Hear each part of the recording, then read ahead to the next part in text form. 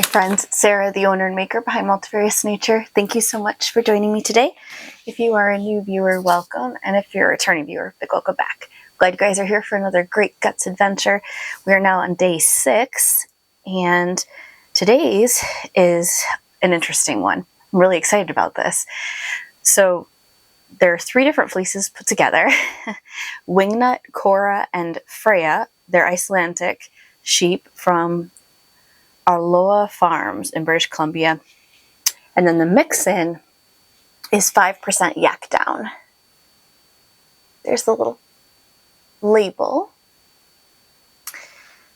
And the really cool part is, so I did open up the fleece. It was super easy to open up. Here it is in all its glory. But I really wanted to show you guys the actual locks, because this is interesting. So I've worked with Icelandic wool before, and I just don't think I've had either a very mature Icelandic sheep, or either they're like improved, but I think it's because they're on the younger side, the ones I've worked with. And the reason I say that, I'm going to show you from the Fleece and Fiber source book by Deborah Robinson and Carol Akaris. It's an amazing book. If you don't have it and you do spinning at all, I do recommend it. But here's the book, a little bit of the book. And this is kind of where your Icelandic can fall. The fleeces that I tend to get tend to fall here in either the lamb or the yearling end of things. I think that's where they tend to fall, because they always look like this. They have guard hairs, but they're usually, kind of blended in, and it's not real obvious. Where this one here is definitely leaning where it has a very clear, what's called the tog, which I think, see if I can get this right. It's called tog and thul. I want to make sure I'm saying it right. Yeah, the tog is this part here, that pointy, definitely higher micron count. And the thul is this here, the soft, downy part. And I'm going to show you, they separate really easily. But I find that fascinating. And the reason I'm pointing this out is I have a little bit, I processed extra from my day 1 of my Multifarious Nature Advent. And I just want to show you the bat. So this is what that Icelandic bat looks like. And I will tell you, it did not have that big separation of the thul and everything, or it didn't have the tog that went way out. It was very much combined. And so this is super soft and fluffy. It feels a lot more even in distribution of micron count. It doesn't feel as extreme. This is what this fleece looked like from the Advent from MellyKnits, and this is her day 6. I find it absolutely amazing how different they are. So this is what it looks like. You can very clearly see the differentiation, and this is how easily these separate. So I'm just going to take, technically this is probably 2 locks right here. But if I hold onto the tog and I just hold the very end here, it will separate like so. And there's a little bit in here, but you can see there's definitely a separation there. So all I did to open up the fleece, though, is I just opened it all up and put it in a pile. But there's definitely a clear difference in the micron count there. And to blend it, it's going to be interesting. You definitely can make that more traditional Lopi yarn with that. It'll be really interesting to see how it spins up. I'm excited about this. I'm also excited to put on the card drum carder, because I think it's going to card up beautifully. And then here is the beautiful yak that will be blended in with it. Creamy white, super, super soft. I'm going to blend that in with it. But I'm going to open the rest of this up here. But I wanted to show you guys that because I thought it was fascinating. It's just so different from any Icelandic I've ever worked with, and I've went through a few fleeces, not a ton, but the fleeces that I've worked with are from flocks here in Michigan, and I do find it quite interesting. I mean, this just looking at this, it reminds me a lot of Krakul. That's a fleece that I have. The tog of the Krakul is definitely a higher micron count, but close to this. And then I also have Navajo Churro, and that's another fleece that just by glancing at this, it looks a lot like it. So I just find that fascinating. I know they are kind of fall into that similar area of that rustic end of things with the wool, with that higher micron count. But I just find it really interesting how vast, and a lot of it has to do with the breeding that a shepherd does too, I'm sure. Kind of can change your fleece structure a little bit, but it's just really interesting. All I can think of is I'm probably getting really young fleeces, is my guess, whenever I get my hands on them, because a lot of the fleeces that I find, I'll get a deal on them, and I'll get them like people are just at the point where they're like, all right, we need to move this fleece. So they're like, come and get it kind of thing. And they don't give you much information. It's literally like, it is what it is, whatever you've got your hands on.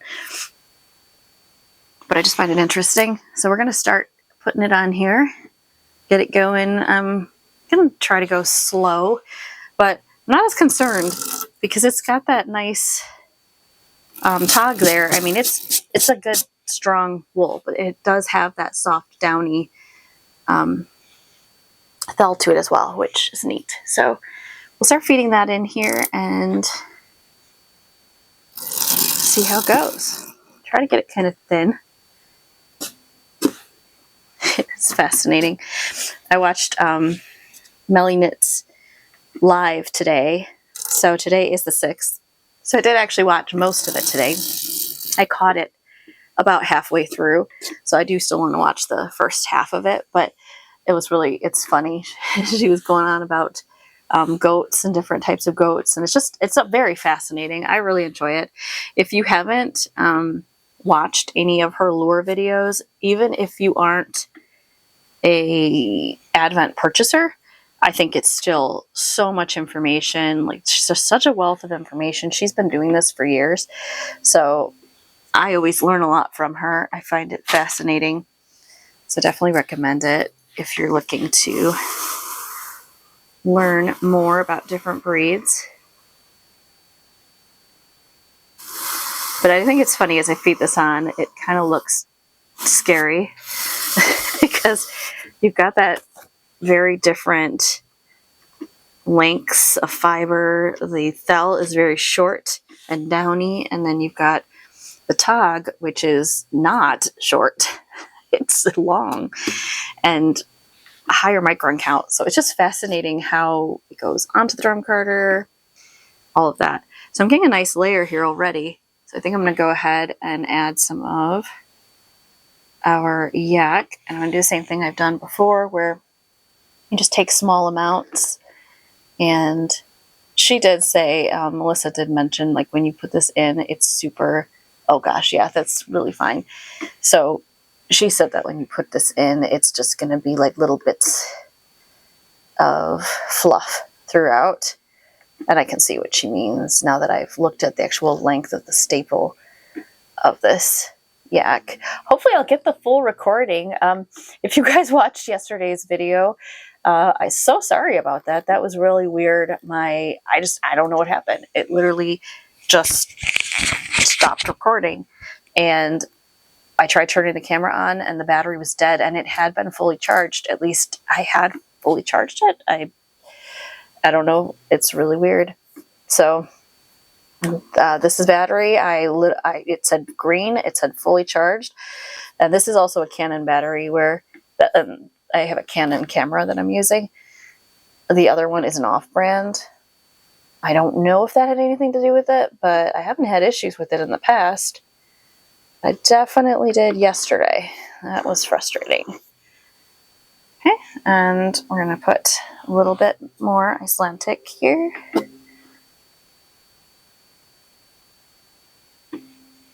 And then we'll slowly add a little bit more of our yak as well.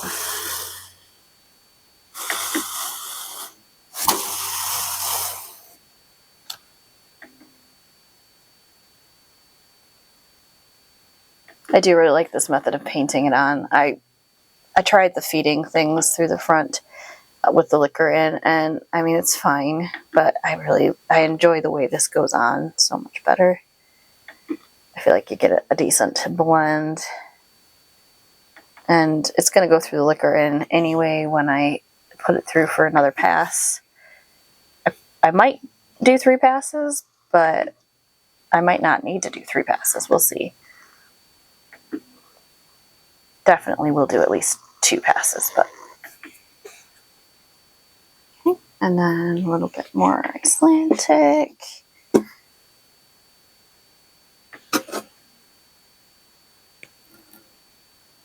So I asked you guys in the last video, but I don't think it got recorded.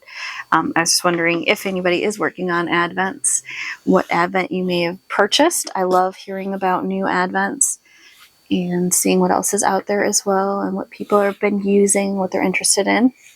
That is always fascinating to me.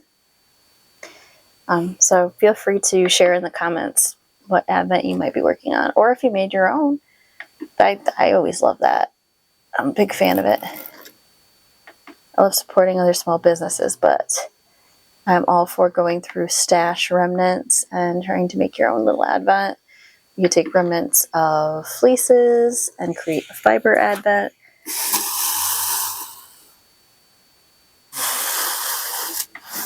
So I'd love to hear what you're doing for this advent season. Or maybe you're new to advents and you just stumbled upon this and you're fascinated. It's really very neat. And I'm grateful that I was able to get one of Melly's here. So this is really, really interesting, and it's a nice dynamic because the fell, the downy part of the Icelandic, is very soft. Similar to the yak. Yak is extremely soft though. But it's such a nice balance because the tog is like a very high micron count in comparison to this soft, soft, soft downy yak. Super, super soft. Get this in here a little bit.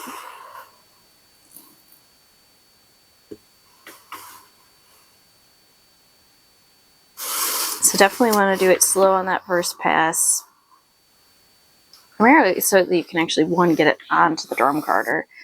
Because you can see how some of it gets grabbed on here, but then when it goes through again, it'll get pulled up on here if I've compacted it a little bit.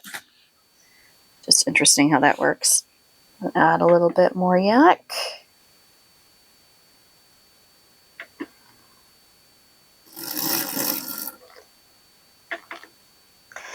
Is anybody getting winter near them? And by winter, like snowy winter. We definitely still have it here. Really cold and snowy. It's funny how when we get those frigid days, so we had days where it was like 12 degrees Fahrenheit in the evening, and then you get a day like, I think today might be in the high 20s, low 30s Fahrenheit, and it actually feels, it's not warm, but it feels warmer because there was such that dramatic temperature shift. When you get down into anything under 20 degrees, just feels just frigid, just absolutely frigid, and your face hurts, and it's just doing chores is kind of semi-miserable, you know. So when you get this, any temperature above that, it's funny how it really actually feels pretty warm. Okay, so I'm getting that last little bit here, and then we'll go in with that last bit of yak.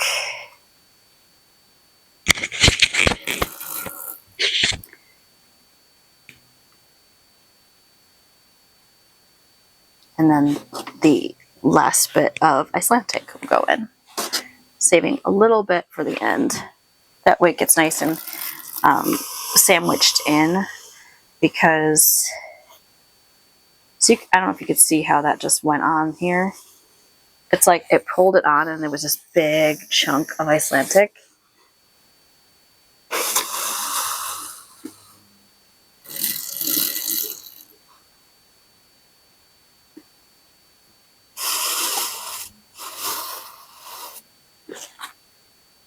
Right. Take this yak down and get that last bit back on here.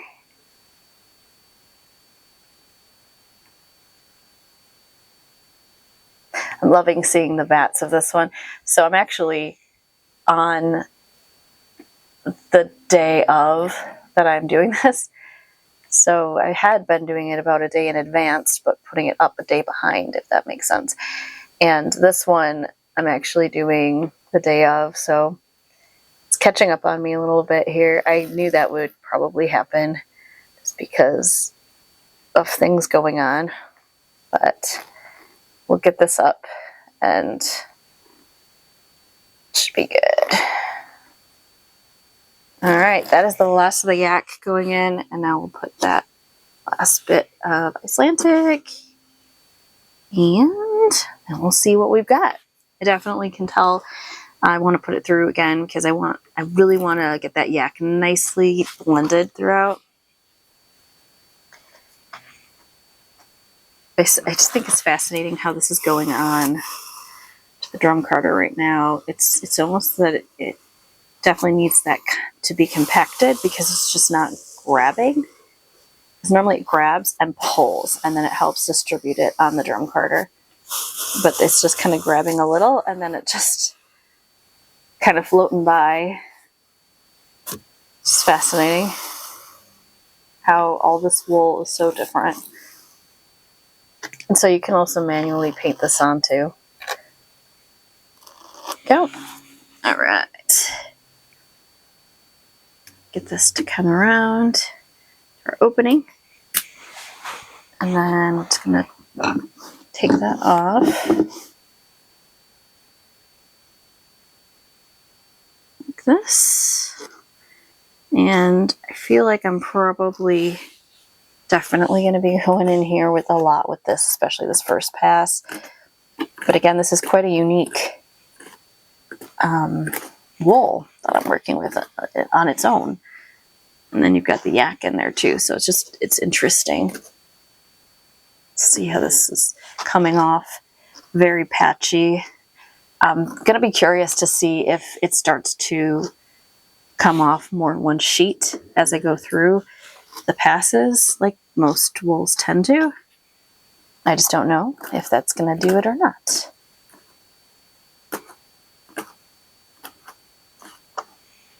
Shall see.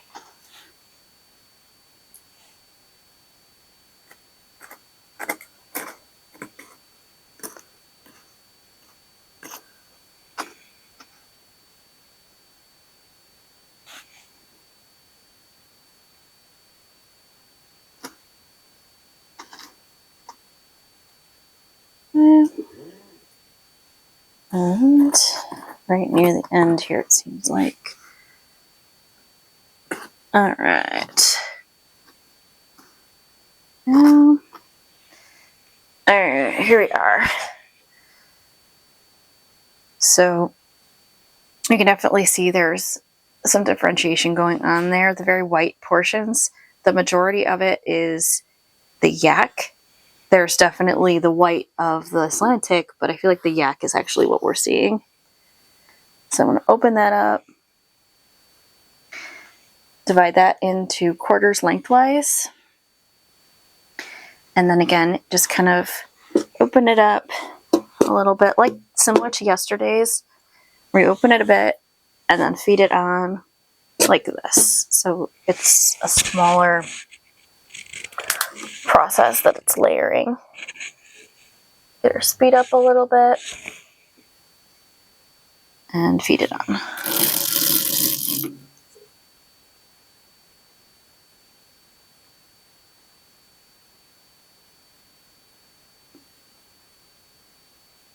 There was a little bit of veggie matter in this, which makes sense. That can get trapped down in there.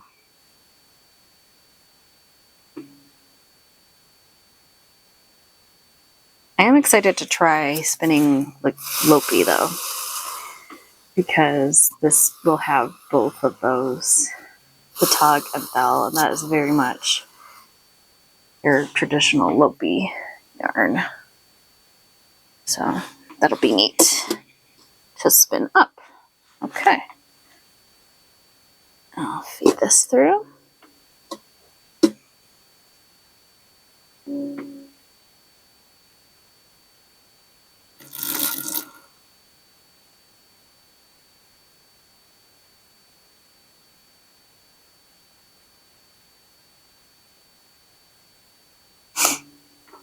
And then I have the second half here I still have to do.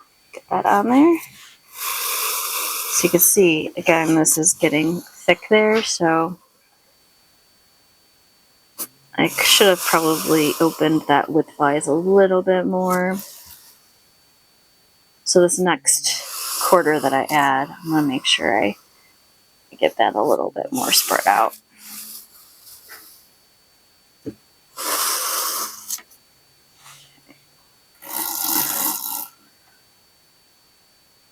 So this pass, try to open it a bit thinner.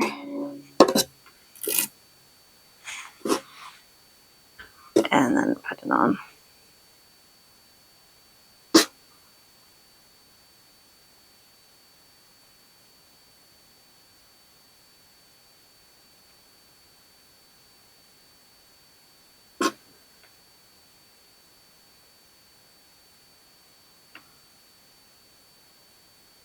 It's definitely better. You see how it grabs and then it pulls it. And that really helps it get distributed on here.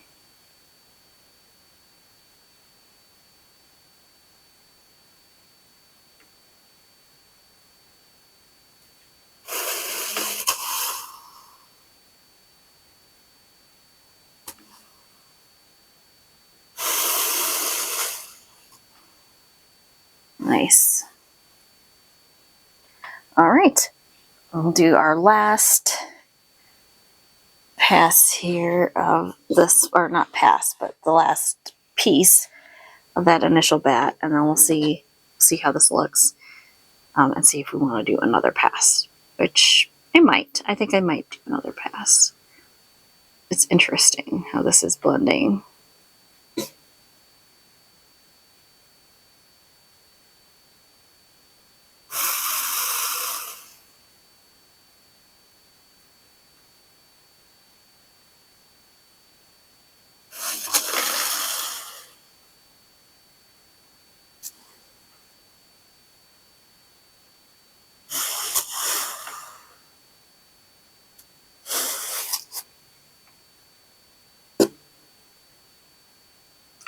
Go. Last bit in there. Have you guys ever worked with Icelandic wool like this? I'm really curious to what your thoughts were after putting it on a drum carder, because this is very different, and this is giving me a good taste of how those other fleeces may also go on the drum carder. So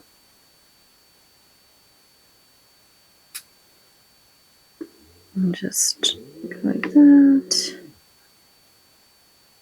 There we go.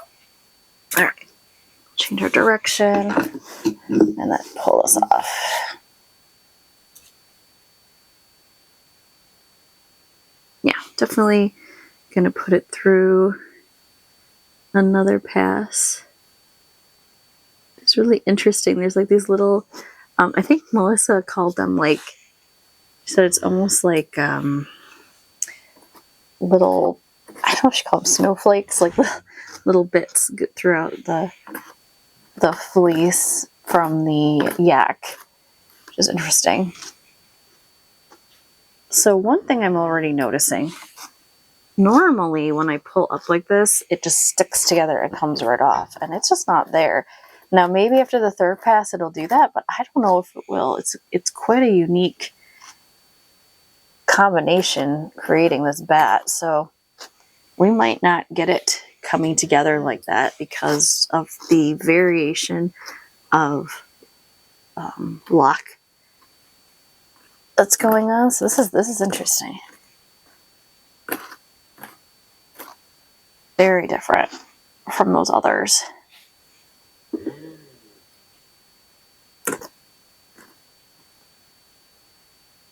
But again, we're going to do one more pass and maybe it'll stick together more, but I don't think it will. I think it's always going to be a little bit interesting. So just so you can see, this is after the second pass. A little bit more blended. And I feel like every time we go through it, it's going to be a little bit more blended. Of course. So, let's see here. Open this up.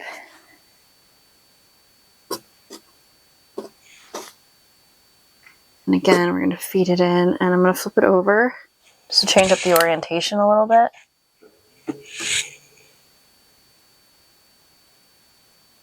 So this was facing the drum carder, now it's facing up, away from the drum carder.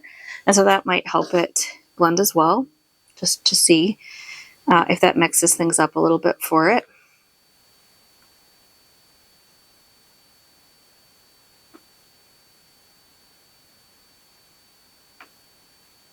You can definitely see it's blending a lot more just looking at the drum carder itself. There's always going to be a little differentiation unless you just keep on running it through, which can, if you want to try to get it as blended as possible.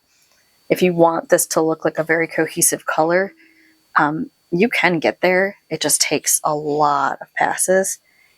And that's up to you.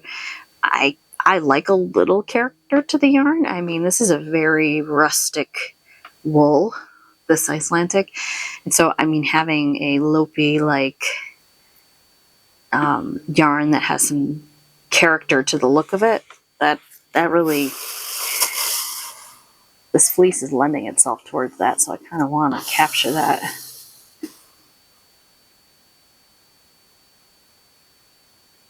Okay. And then two more.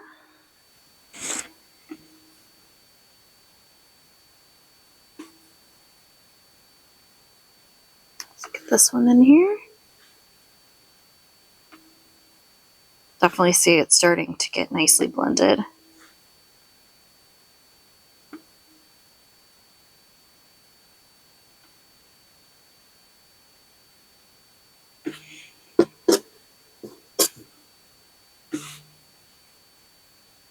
And then just push on the connecting it here with this stiff bristle brush again. And that just pushes those fibers down in there so that it makes room for the next pass of fiber. You can get as much here in this spot as possible. All right, and the last quarter of our fleece here. Opened it up. I'll feed that in.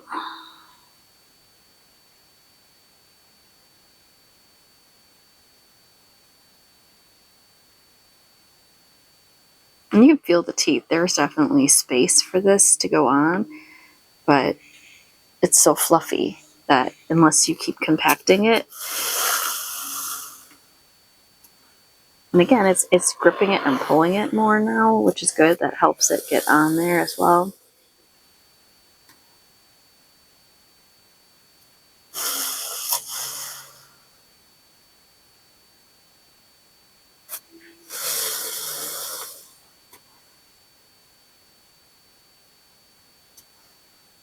It's going to stop after the,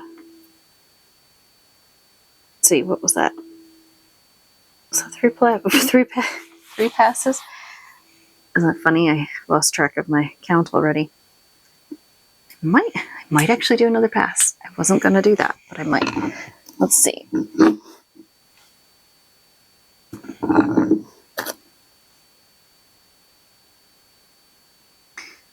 So I don't know if you guys can see what I'm talking about here, but while I'm trying to take this off, there's still a bunch of the fiber stuck down here.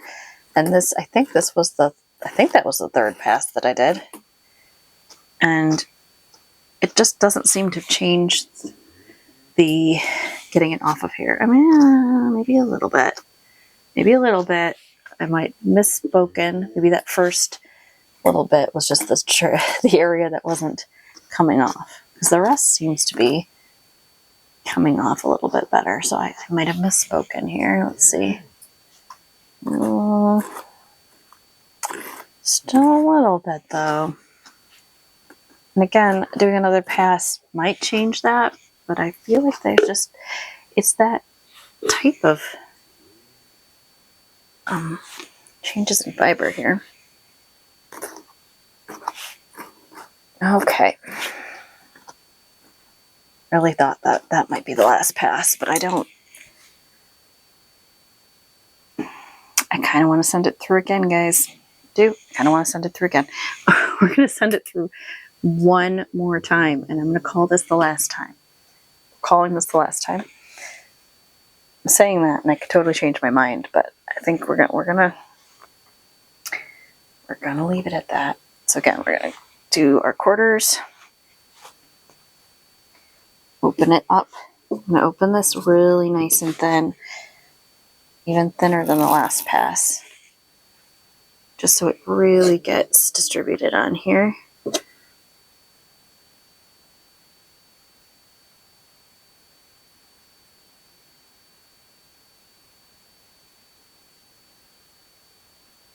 And when I hold this up like this, I'm not pulling back on it. I'm just holding it up so that way it's not getting caught on the tray as it's being pulled in.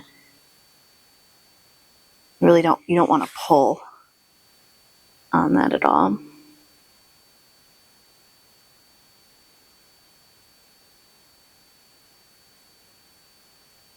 Okay.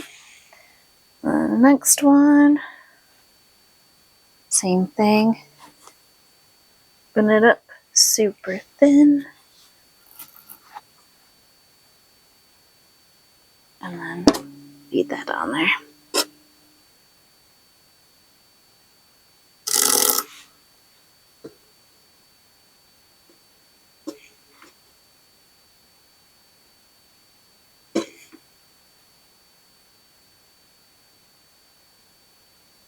And then I just need to make sure I'm pushing this in so that it gets grabbed.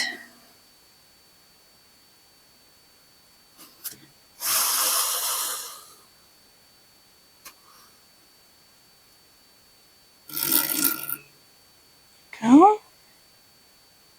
And then this came out while I was separating. Add that back in. And do another section here. Go.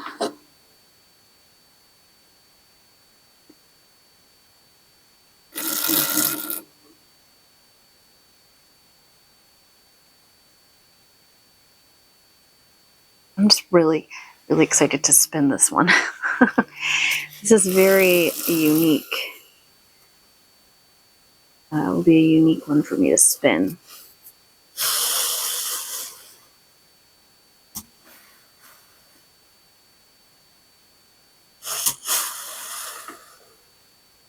As I mentioned, I've spinned Icelandic before, but it's not looked like this. It's just so it won't behave the same, and it won't create the same yarn as what I've worked with in the past. And that's fun. That's exciting. Trying to learn something new, more new techniques, not only on the drum carder, but new techniques with spinning. And that's what this is all about. That's why I love doing advents like this. You get a tasting of something unique that you've never worked with before. And that's what I'm hoping for my advent, Multifarious Nature 2025 advent. My hope is that if, for those of you that have purchased it, is if you haven't ever worked with any of those wools, it gives you a fun experience working with it. That's my hope, and at least gets you to try it. And you may find you really like some of those wools. Some of them lean, on the more, they're rare, they're more rustic, and you can find them. People do sell it, but it's just sometimes you might be able to find it almost free because, they're considered like I know some people will call it like burn pile wool, but it's not really. It's just that it's very rustic, and some people aren't into that. They just think merino. And while merino is nice and soft and fluffy, it is not the end-all be-all of wool.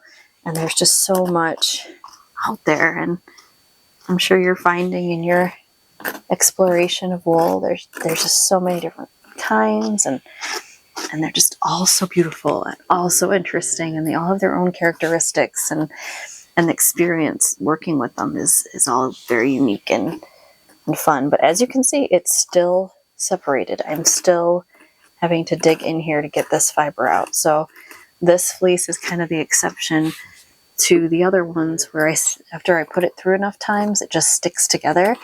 This one just doesn't want to do it, and all I can think of is it's because you have that very different micron count going on with the thell and the tog of the Icelandic. It's really interesting. That's going to be a cool experience to work with. It has been with putting it on the drum carder. That has definitely been an experience. It's a very unique. All right, last bit off here. Okay, I probably will clean my drum carder after this because those, there